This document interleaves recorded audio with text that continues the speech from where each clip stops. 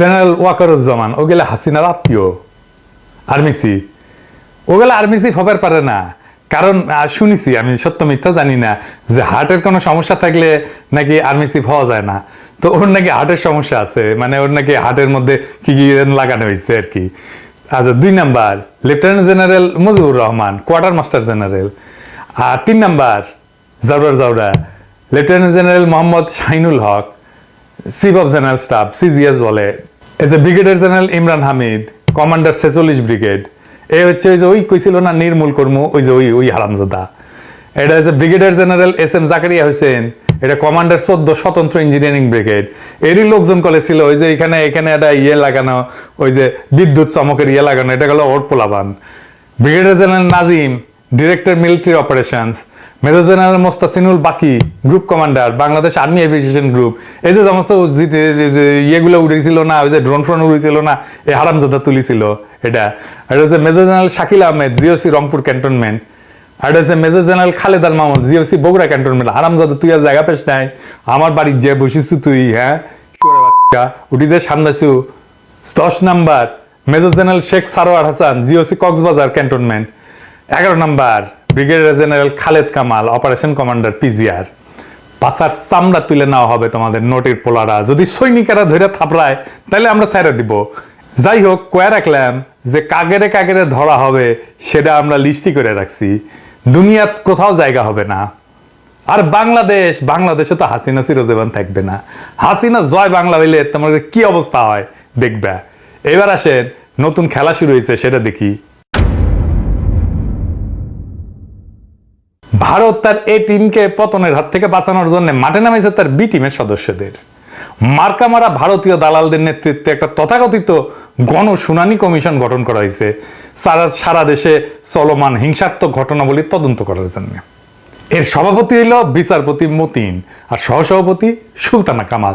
দুটাই মার্কামারা।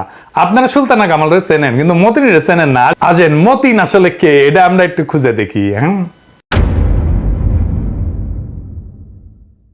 আপনি যদি এই দুইটার অতীত একটু ঘাটেন তাহলে পরিষ্কার হবে যে এই কমিশনের উদ্দেশ্য হইল হাজার হাজার ছাত্রদের হত্যা, জখম, নির্যাতন, জেল জুলুম, লাশ চুরি, কারফিউ দিয়া, যে ইন্টারনেট বন্ধ করে তার আড়ালে খুনি হাসিনা যে মানবতা বিরোধী অপরাধ করেছে, স্নাইপার দিয়া মারিছে, তার থেকে তার দায় মুক্তি দেওয়া, কোন আন্তর্জাতিক তদন্ত বা জাতিসংঘের অধীনে তদন্তের সম্ভাবনা নস্যাৎ কইরা দেওয়া, একই সাথে একটা তদন্ত খেলা চালু কইরা আমাদের চলমান আন্দোলন থেকে জনগণের দৃষ্টি সরায় দেওয়া।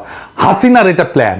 আপনি দেখবেন হাসিনা নিজেই তার মন্ত্রীদের বিরুদ্ধে তদন্ত দুদক লাগায় দেয়, তারপরে দুদক এসে কয় ঠিক আছে, কোনো সমস্যা নাই। বুঝছেন, সবগুলা করেছে। এই যে ইয়ে আছে না, এই যে মাদারসোদ আলী, যে মোদাসের আলী আছে না, ওর পিছেও কিন্তু লাগাইছিল দুদক, তারপরে কইছে ক্লিন। বুঝছাও, এই যে বিচারপতি মতিন কে, এই হচ্ছে সেই কুলাঙ্গার যে বাংলাদেশের জাতীয়তাবাদের অন্যতম প্রধান প্রতীক আমার দেশ পত্রিকার সম্পাদক ডক্টর মাহমুদুর রহমানকে ভিত্তিহীন মামলায় আইনে যে সর্বোচ্চ সাজার বিধান আছে না, তার চেয়ে অধিক সাজা প্রদান করছিল। 2010 সালের আগস্ট মাসে আপিল বিভাগ 3 দিন ধরে মাহমুদুর রহমানের বিরুদ্ধে একটা আদালত অবমাননার অভিযোগের শুনানি করে। আদালতের যে বেঞ্চে শুনানি হয় তার 2 নম্বর বিচারক ছিল মতিন।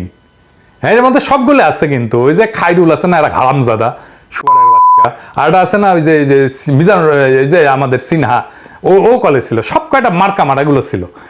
এই যে দেখেন, এই যে রাইট ট্রান্সক্রিপ্ট, হ্যাঁ, এই যে মতিনের নাম প্রথম পাতায়, প্রধান বিচারপতির পরেই। শুনানির সময় মতিনের আচরণ সম্পর্কে মাহমুদুর রহমান একটা বই লিখেছিল, জেল থেকে জেলে। ওই বই থেকে আমি একটু পড়ি। হ্যাঁ, শুনানির প্রথম দিন থেকে বিচারপতি M.A. মতিন, বিচারপতি A.B.M. খাইরুল হক এবং বিচারপতি S.K. সিনহার আক্রমণাত্মক ভূমিকা লক্ষণীয় ছিল। প্রধান বিচারপতি মোহাম্মদ ফজলুল করিম মাঝে মাঝে মন্তব্য করছিলেন। বিচারপতি শাহ আবু নাইম মমিনুর রহমান গম্ভীর মুখে কেবল শুনেই গেছেন। বিচারপতি M.A. মতিন গত 3 দিনে অন্তত 6বার বলছেন সংবাদ সত্য না মিথ্যা এটা বিচার্য বিষয় না, সংবাদ প্রকাশ করায় আদালতের কোনো অসম্মান হয়েছে কিনা সেটাই মূল প্রশ্ন। কথা বলার অনুমতি পেয়ে স্ট্যান্ডের দিকে এগোচ্ছি, আর ভাবছি সূচনাতে আদালতের মনোভাব স্পষ্ট। মাইক স্ট্যান্ডে কাগজপত্র রাখার জায়গায় আমার দলিল দস্তাবেজ ঠিক মতো রাখতেও পারিনি। দ্বিতীয় দফার আক্রমণ এলো। এবারের লক্ষ্য আমি। বিচারপতি M.A. মতিন অনেকটা ধমকের সুরে বললেন, লিখিত এফিডেভিটের বাইরে আমি কোনো কথা বলতে পারবো না। এই আঘাতের জন্য প্রস্তুত ছিলাম না। বেঞ্চ থেকে অপমানের চূড়ান্ত করা হলো আমাকে। আমি নিজেকে এই সেই মনে করি সম্পাদক হওয়ার কি যোগ্যতা আছে আমার? আমি অ্যাপ্রেন্টিস সাংবাদিক হওয়ার জন্য কখনো পরীক্ষা দিয়েছি কিনা? আমার তুচ্ছ শিক্ষা দীক্ষা, আমি এতই অভব্য যে বিচারপতিদের নামের আগে মাননীয় লিখতে হয় তাও জানি না। সাংবাদিকতা না জানা আমি একজন চান্স বা দৈবক্রমে সম্পাদক, চান্স এডিটর। এই যে এই কইছিল, হারামজাদা কইছিল মতিন, ইত্তেকার আক্রমণে ধূলিসাৎ করে দেওয়া হলো আমাকে। বিচারপতি এম এ মতিন রুলিং দিলেন, আদালত অবমাননার মামলায় সত্য কোনো কৈফিয়ত না, ট্রুথ ইজ নো ডিফেন্স। মানে সত্য এইটা কোনো কৈফিয়ত দিতে পারে না, এটা কইছে এই আরামজাদা। বেঞ্চের বৃদ্ধপ্রাত্যক মন্তব্যে হাসির তোরে আমার ক্ষীণ কণ্ঠ চাপা পড়ে গেল। চারপাশ থেকে আঘাতের পর আঘাত ঠেকানোর ব্যর্থ চেষ্টায় শেষ পর্যন্ত পরাজিত হতেই হলো। চরম বৈরী পরিবেশে কেবল মনের জোরে টিকে থাকা অসম্ভব বোধ হলো। গভীর হতাশায় নিমজ্জিত হলাম। এই বৈরী আদালত মাহমুদুর রহমানকে 6 মাসের কারাদণ্ড, 1 লাখ টাকা জরিমানা, অনাদায়ে আরো 1 মাসের জেল এই রায় দেয়। বাংলাদেশের ইতিহাসে এর আগে কাউকে মানহানির মামলায় এইরকম দণ্ড দেওয়া হয়নি। বিচারপতি নামধারী এই মতিন এই অভূতপূর্ব দুষ্কর্মের অন্যতম কারিগর ছিল। আদালত অবমাননা মামলায় 1 লাখ টাকা জরিমানার বিধান আমাদের দেশের আইনে নাই। এই মতিনগং আইনের বাইরে যায় তাকে জেল ছাড়াও নজিরবিহীনভাবে 1 লাখ টাকা জরিমানার সাজা দিছিল। এর কারণ হিসেবে মতিন গং বলছিল এটা করা হয়েছে আদালতের অন্তর্নিহিত ক্ষমতা বলে, যেটা সম্পূর্ণ মিথ্যা। প্রচলিত আইনের সীমানার বাইরে গিয়া কাউকে অতিরিক্ত শাস্তি দেওয়ার ক্ষমতা আদালতের নাই।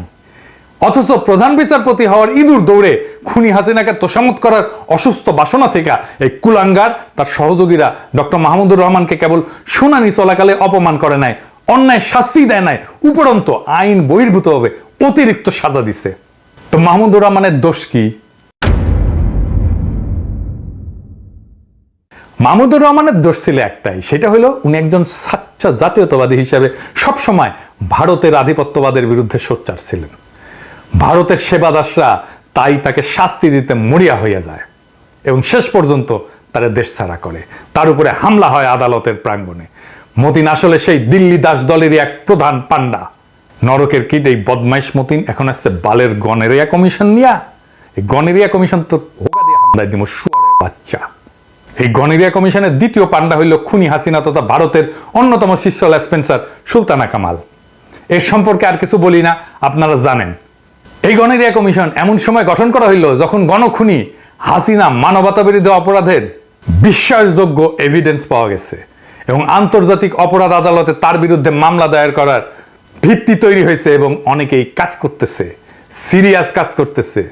ইতিমধ্যে আমরা কয়েকজন আন্তর্জাতিক বিশেষজ্ঞদের সাথে প্রাথমিক আলাপ করছি এবং তাদের পরামর্শ মোতাবেক তথ্য প্রমাণ সংগ্রহ করা শুরু করছি। আমি নিজে আপনাদের অনুরোধ করছি তথ্য প্রমাণ পাঠাতে, অন্যরাও করছেন। এই গণেরিয়া কমিশন প্রবাসী বাংলাদেশিদের এই উদ্যোগ নস্যাৎ করার জন্যই গঠন করা হয়েছে। আমরা শুনলাম না এত গুরুত্বপূর্ণ উদ্যোগ না হইতেছে, প্রকাশ্যে কোনো আলোচনা হইল না, হঠাৎ কইরা সুলতানা কামাল আর ফটকা মতিন হাজির হইল এই কমিশন নিয়ে। ছাত্রদের উপরে সীমাহীন বর্বর আক্রমণের 2 সপ্তাহে কিন্তু তাদের কোনো আওয়াজ পাওয়া যায় নাই। কোথায় ছিল তারা যখন খুনি হাসিনার বাহিনীরা ছাত্রদের ভিনদেশি হানাদারদের মতো হামলা কইরা খুন জখম করতেছিল, ব্লক রেড করতেছিল? তারা এই বালের কমিশনটার নাম দিল জাতীয় কমিশন। জাতির সাথে কথাবার্তা নাই, জাতি জানতেও পারলো না, কিন্তু জাতির নামে কমিশন হয়ে গেল। কি চমৎকার কথা, একেবারে খুনি হাসিনার ডামি নির্বাচনের মতো। আমরা খুব ভালো করে বুঝি যে এই ডামি গণেরিয়া কমিশনের আসল মতলব হইল এর মাধ্যমে খুনি হাসিনা আর তার নেতৃত্বে সংগঠিত মানবতা বিরোধী অপরাধের দায় চাপাইয়া দিবে অন্যের উপরে। আমরা এই কমিশনের বিভিন্ন পদে যাদের নাম দেওয়া হয়েছে তাদের আহ্বান জানাই তারা যেন এই দুষ্টু উদ্যোগ থেকে নিজেদের নাম প্রত্যাহার করেন, না হইলে গণদুশ্মন হিসেবে বিবেচিত হবেন। তারা যদি প্রকৃতই বাংলাদেশের চলমান মানবতা বিরোধী অপরাধের তদন্তে পজিটিভ ভূমিকা রাখতে চান, তাহলে আন্তর্জাতিক অপরাধ আদালতে মামলা দেওয়ার যে প্রক্রিয়া প্রবাসীরা ইতিমধ্যে শুরু করছেন, সেই উদ্যোগে সামিল হওয়ার আহ্বান জানাই। এটা নিয়ে আমি আপনাদের বিস্তারিত জানাবো, কারা এটা করতেছে, কিভাবে হচ্ছে, এটা আমরা জানাবো খুব শীঘ্রই, সম্ভবত এর পরের এপিসোডেই আমি জানাবো। এবং কাজ কিভাবে আগাচ্ছে, কিভাবে আমরা কাজটা করব সেটাও আমরা জানাবো। এই গণকমিশনকে বলতেছি যে গণকমিশনে মতিন আর সুলতানা কামাল আছে, সেটা আমাদের কাছে গণেরিয়া কমিশন। এর মধ্যে অনেক ভালো মানুষ আছেন, আমি অনেককেই ব্যক্তিগতভাবে চিনি। আপনাদেরকে আমি আহ্বান জানাবো এই কমিশন থেকে নিজেদের নাম প্রত্যাহার করেন, অথবা এই 2 জনকে পাছায় লাথি দিয়ে বের করে দেন। এদের সাথে নিয়ে কাম শুরু করলে আমি কিন্তু পাছার চামড়া লাল করে দেবো সবারই। সরি করার টাইম পাইবেন না কেউ, আমি চিনি বা না চিনি, যতই ভালো মানুষ হন না কেন। আমার ক্ষুদ্র ভ্রাতার ভগিনীদের কইলে গণেরিয়া কমিশন একদম পশ্চাতে হামদায় দিবে। এর মধ্যে আমরা আবার দেখতে পেলাম আর একটা কাহিনী, কিচ্ছা। কিসে কিচ্ছা? সোহেল তাজ হঠাৎ করে উদয় হয়েছেন। একদিন এত বিকট গোলাগুলির মধ্যে নাকে তেল দিয়ে ঘুমাইতেছিলেন, বডি বিল্ডিং করতেছিলেন। বালের বডি বিল্ডিং করো। শেখ সেলিম পার্কিনসনের রোগী, শালা কথা কইতে মাথা কাঁপে, হাত কাঁপে। সে মিয়া তোমারে থাবড়ায়, আর তুমি বডি নিয়ে সে থাবড়া খাইয়া ঠাসি খাইয়া অভিমানে মন্ত্রিত্ব ছাইরা দাও। ওই তো তোমার পৌরুষ। এখন জায়গায় উঠে পৌরুষ জায়গায় উঠছে, তাই না? সোজা চইলা গেলা ভাতের হোটেলের হারুনের কাছে। না, নাস্তা খাইতে না, সে গেল তার হঠাৎ জাগ্রত বিবেকের তাড়নায় আন্দোলনের 6 জন সমন্বয়কদের খোঁজ নিতে। নিজের সম্মানের খোঁজ নাই, আরেকজনের খোঁজ নিতে গেছে।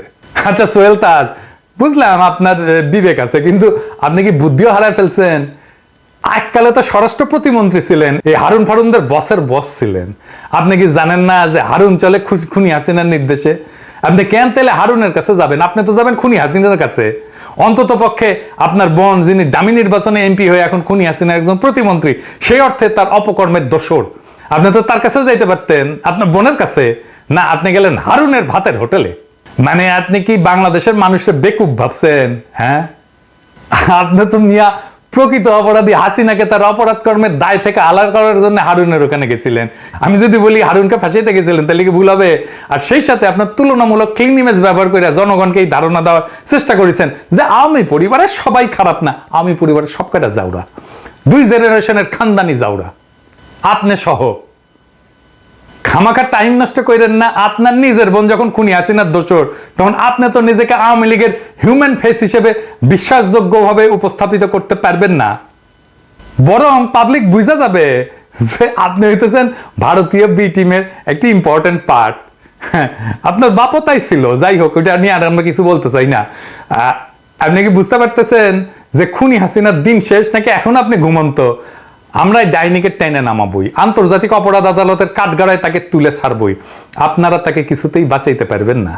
এই ডাইনির পতনের সাথে সাথে ভাসানী সোহরাওয়ার্দীর হাতে গড়া ঐতিহ্যবাহী দল আওয়ামী লীগের রাজনৈতিক অপমৃত্যু ঘটবে, যেটা হয়েছিল মুসলিম লীগের ভাগ্যে। একই সাথে এদেশের উপর ভারতের সীমাহীন আধিপত্যের ইতি ঘটবে। আপনি আমেরিকায় তো ভালোই ছিলেন, ওইখানে ফিরে যান। খামোকা কেন হারুন ফারুনদের অফিসে ঘোরাঘুরি করে জুতার তলা ক্ষয় করবেন? জনগণের সন্দেহ আর দুর্নাম কমাবেন। আপনি গালি খাবেন, আপনার বাপও, মরা বাপও গালি খাবে, যাকে আমরা গালি দিতে চাই না আর কি। তবে যাওয়ার আগে আপনি একটা কাজ করতে পারেন, কিন্তু আপনার ভারতীয় বন্ধুদের এই কথাগুলো বুঝায় বলেন, এতে ওদেরই মঙ্গল। তারা সৈনিক ছিল না, তারা এখনো সৈনিক না। সেনাবাহিনী এদেরকে পালতে পারে না। আজকে ওয়াকার বলে সেনাবাহিনীর মরাল নষ্ট হবে। ও তো সেনাই না, ওই তো সৈনিকই না। মরাল কিসের নষ্ট হবে? ওরা রাখলেই তো সেনাবাহিনীর মরাল নষ্ট হবে। ঢাকার আয়নাঘর ছিল ডিজিএফ এর আন্ডারে, ক্যান্টনমেন্টের মধ্যে। র্যাবের সেনা কর্মকর্তারা গুম আর খুনের কাজগুলো করছে। এদের বিরুদ্ধে গ্রেপ্তারি পরোয়ানা জারি করা হয়েছে, সকল প্রমাণ জোগাড় করে মামলা করা হয়েছে। এইটায় ওয়াকারের পুচ্ছে আগুন ধরে গেছে এখন। কেন? কারণ ওয়াকার জানে এইভাবে ধরতে ধরতে ধরতে ধরতে ধরতে তার ফাঁসি কা ফান্ডা আসতেছে। ওর গলা তো ফাঁসির দড়ি জ্বলবে। সে নিজেও তো 2024 জুলাই আগস্টে ছাত্র জনতার বিক্ষোভের বিরুদ্ধে সেনা নামাইছিল। তারা গুলিও করছে, মানুষও মারছে। এর দায় তো ওয়াকারের। সৈনিক আর জুনিয়র অফিসাররা গুলি চালাইতে অস্বীকার করার জন্যই ওয়াকার তার আপারে বাঁচাইতে পারে নাই। এতে ওয়াকারের বিন্দু মাত্র কোনো ক্রেডিট নাই। এই ওয়াকার আয়না ঘরের সব এভিডেন্স নষ্ট করে ফেলছে। এভিডেন্স নষ্ট করা আর একটা অপরাধ। ক্যান্টনমেন্টের এলাকার মধ্যে যদি এভিডেন্স নষ্ট করা হয় আয়না ঘরে, কার সেটা দায়িত্বে পড়ে? তার জিম্মায় থাকা জেনারেল মুজিব পালাই যেতে দিচ্ছে, তারা গ্রেপ্তার করা হয়েছিল, রাখা হয়েছে ক্যান্টনমেন্টে, পালাই গেছে। কার দায় তাহলে?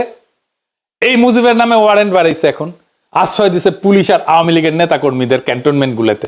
তাদের পালাইতে সাহায্য করছে। আরাফাতকে তো পালাইতে সাহায্য করছে ওয়াকার। আরাফাত ধরা পড়েছিল, নিউজ বাড়াইছিল, কেমনে পলাইলো? তারপরে আয়নাঘর ভিজিট করতে দিবে না ওয়াকার প্রফেসর ইউনুসকে, বাধ্য হইয়া দিছে। এই যে জেনারেল আকবর, যার নামে আজকে ওয়ারেন্ট বাড়িয়েছে, সে গুম কমিশনে স্বীকার করছে, সাক্ষ্য দিছে, তাকেও পালাইয়া যাইতে দেওয়া হয়েছে। দেখান এডিটর সাহেব তার সাক্ষ্য দেখান। এই প্রসেসের পিকে প্রাইম মিনিস্টার্স অফিস, অনেক সময় ওনার পক্ষ থেকে ডিফেন্স অ্যাডভাইজার ছিল, তো উনিও মাঝে মাঝে ইন্টারফেয়ার করতেন, কথা বলতেন, আদেশ নির্দেশও দিতেন। So out of the way I went to PM and requested হার যে সালাউদ্দিন কাদের চৌধুরীর ফাঁসি হয়ে গেছে, তার ছেলেটাকে এটা করা হয়েছে, এটা খুব এটা দেখা উচিত, আমাদের ফ্যামিলিটা খুব broken and his relatives have requested. আমি নিজে প্রিয়ামকে বলেছি, আমার সাথে, মানে আমি 2বার ওনাকে বলেছি, এটা আমার নিশ্চিত মনে আছে। And her response was? ছেড়ে দিব না, ছেড়ে দিব না, মানে আমি দেখি কি করা যায়। অ্যাডভাইজারকে তুমি বলছো, আমি কিছু বলছি। এবং ওনার কি ক্ষমতা ছিল তখন ওটাকে সমাধান করার? অর্থাৎ ধরেন উনি চাইলে কেউ বের করে দিতে পারতো? পিএম চাইলে হবে না, মানে এটা উনি যা চাইবে তাই হবে। এইটাই তো প্রথম গ্রেপ্তারি পরোয়ানা না, এর আগেও গ্রেপ্তারি পরোয়ানা হয়েছে সেনা অফিসারদের বিরুদ্ধে, কাউরে গ্রেপ্তার করতে দেয় নাই ওয়াকার। সে বলে এতে সেনাবাহিনীর মরাল নষ্ট হবে। যুক্তির মায়েরে বাপ, নিজেরা নিজেদের সৈনিক বৃত্তিকে কলঙ্কিত করছে, নিজেকে নিছক একজন ঠান্ডা মাথার খুনি বানাইছে, তাতে মরাল নষ্ট হয় না। ক্যান্টনমেন্টের মধ্যে আয়না ঘর বানায় রাখলে মরাল নষ্ট হয় না। মোটা আজিজকে শেখ হাসিনার বডিগার্ডের ভাই কোটায় আর মোটা ওয়াকারকে জামাই কোটায় সেনা প্রধান বানাইলে মরাল নষ্ট হয় না। বিডিআরে 57 সেনা অফিসারকে ইন্ডিয়া খুন করাইলে মরাল নষ্ট হয় না। কয়েক মাইল দূর থেকে বিডিআর হেডকোয়ার্টারে কাউকে রক্ষা করার হিম্মত দেখাইতে না পারলে মরাল নষ্ট হয় না। ব্রিগেডিয়ার আজমিকে আয়না ঘরে আটকায় রাখলে মরাল নষ্ট হয় না। আর তারে যে বছরের পর বছর যেই সৈনিকেরা পাহারা দিছে, তারা দেখে নাই একজন নিরাপরাধ চৌকস উচ্চ পদস্থ সেনা অফিসারকে বিনা আইনে এইভাবে বন্দি করে রাখা হয়েছে, তাদের মরাল নষ্ট হয় নাই? তারা কথা বলে না এটা নিয়ে তার পরিবারের সাথে, তার বন্ধু বান্ধবদের সাথে, তার কলিগদের সাথে? নারায়ণগঞ্জে কন্ট্রাক্ট কিলিং করে 7 জনকে মাইরা শীতলক্ষায় ভাসায় দেওয়া মরাল নষ্ট হয় নাই সেনাবাহিনীর? আবদার ধরিছে মার্শাল কোর্টে বিচার করতে হবে। কেন জানেন? মার্শাল আইনে গুম কোনো অপরাধ না, তাই মার্শাল কোর্টে বিচার করলে সবাই খালাস পেয়ে যাবে। চিকনা বুদ্ধি আছে ওয়াকারের, শুধু বুড়ি মোটা না, মাথার বুদ্ধিও চিকনা আছে। কর্নেল ফারুক, মেজর ডালিমকে মার্শাল কোর্টে বিচার করা হয়েছিল। অপরাধ করলে বিচার হবে বাংলাদেশের আইনে। গত 15 বছরে সেনাবাহিনীর মরাল কি ঘুমাইতেছিল? ওয়াকার জানে কই তার বিপদ, তাই সে আমাদের পিছে তার কুত্তা আর পোত বালকদের লাগাই দিছিল। এক পোত বালক তো তার হিরো বানায় আল জাজিরায় স্টোরি করেছে, আর আরেক পোত বালকের সাক্ষাৎকার দেয় ওয়াকার। এক সময় তো ওয়াকারের নিয়ে কিছু কয় যেত না, টেকা পয়সা ছড়ায়, বট বাহিনী লাগায়, এইসব পোত বালকদের দিয়ে ক্যাম্পেইন করায় নিজের বিপ্লবের হিরো বানায় ফেলেছিল। থাইল্যান্ডে গেছিল এই দুই পোত বালক একই টাইমে, পেমেন্ট আনতে গেছিল কিনা কে জানে, জিগান। আমি শুনেছি ডিজিএফআই পেমেন্ট দিছে থাইল্যান্ডে নিয়েছে, তবে ওইটাই লাস্ট পেমেন্ট। ডিজিএফআই ওই ফান্ড জয় বাংলা হয়ে গেছে। এটা সিম্পল লজিক বা যুক্তি বুঝেন। হাসিনা বা আওয়ামী লীগ যদি একজনের বিরুদ্ধে প্রতিশোধ নিতে চায়, তাহলে সেটা কে কে হবে? তালিকা করলে আমার নাম তো 1 থেকে 5 নম্বরের মধ্যে থাকবে। হাসিনা নিজে আমার নাম কইছে না, একবার না 2 বার কইছে। সে আমার মাইরা ফেলাইতে বলছে, তার বক্তব্যে বলছে না শ্বশুর বাড়ি পাঠায় দিতে। আর ওদিকে সেই কি পিনাক ভট্টাচার্য, ও কিন্তু ভট্টাচার্য না, ও কিন্তু হিন্দু থেকে মুসলমান হয়েছে। ও জামাত ইসলামের নেতার মেয়েকে বিয়ে করেছে। ও এখন ও ভট্টাচার্য লেখে কিভাবে? ও তো ধর্মান্তর হয়ে গেছে। এটা তো কোনো আশা নাই, কোনো মিডিয়াতে জানতে হবে তাই সোর্সটা না। কেন ওর শ্বশুর বাড়ি, ওর শ্বশুর বাড়ি তো মানসী, যতদূর সম্ভব বোধহয় ত্রিশাল বা টাঙ্গাইলে না,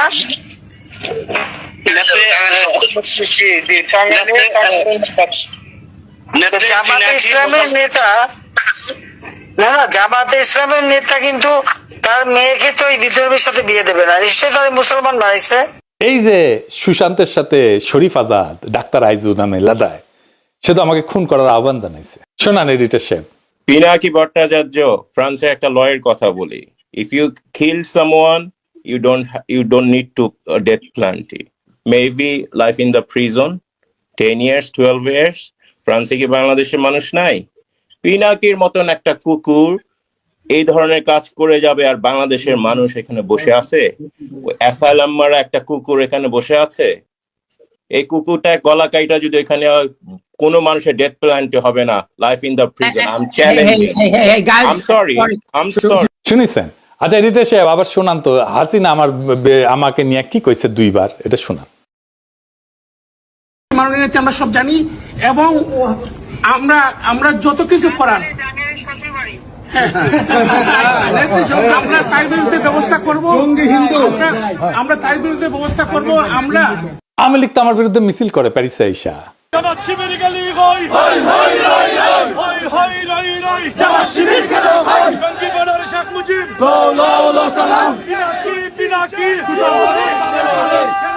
ইন্ডিয়ানরা আমার পছন্দ করে, আমার বিরুদ্ধে তো ইন্ডিয়ানরা পর্যন্ত কন্টেন্ট বানায় গালাগালি করে আমার পোস্টে এসে।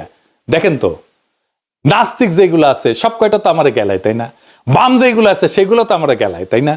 তো তাইলে বাম, ইন্ডিয়া, আওয়ামী লীগ, হাসিনা, নাস্তিক, এই যে গ্র্যান্ড একটা অ্যালায়েন্স, এইগুলো তো আমার শত্রু ঘোষণা করছে।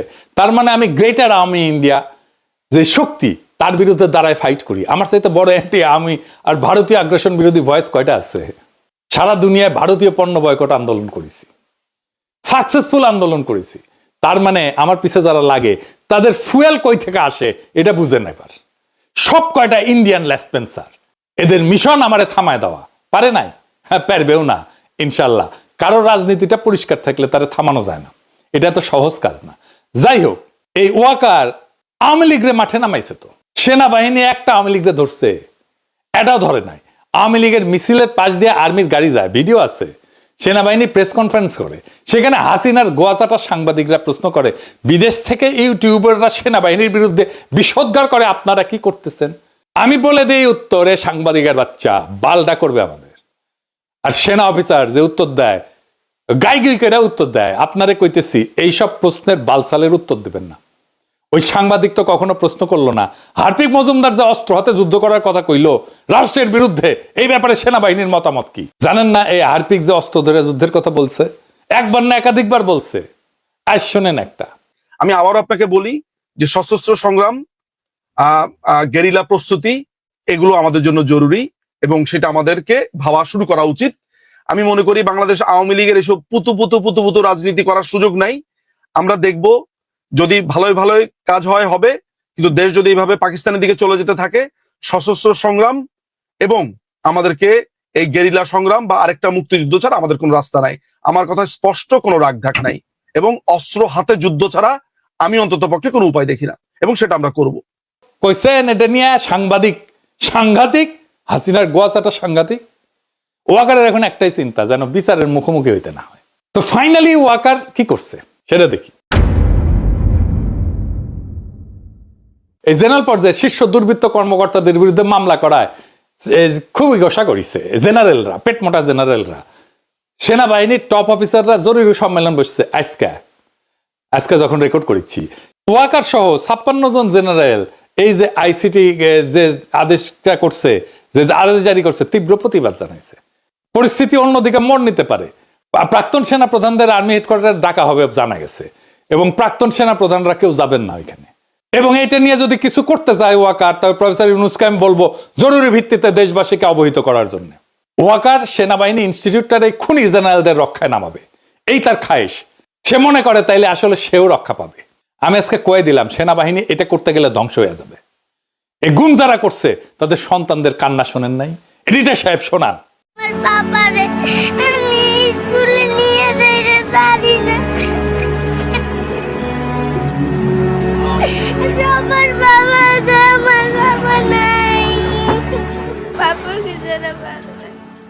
আর একটা শোনান।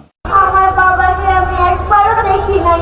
আমার বাবাকে আমার খুবই দেখতে ইচ্ছে হয়, কিন্তু আমার বাবাকে আমি দেখতে পাই না। যখন আমি আমার স্কুল যাই তখন আমার বন্ধুরা তার বাবার সাথে যায়, আমি আমার বাবার সাথে ঈদ করতে পাই না। ঈদে সবাই তার বাবার সাথে মেলাতে যায়, আমি করতে পারি না। সবাই সবার বাবার সাথে মার্কেটে যায়, জামা কিনতে, তা আমি পারি না। কেন? সরকারের কাছে আমার একটাই দাবি, আমার বাবাকে ফিরিয়ে দেয়। আমি আমার বাবাকে দেখতে চাই। আমার বাবা ছাড়া আমার ভালো লাগে না, আমি আমার বাবাকে দেখতে চাই। আর একটা শোনান।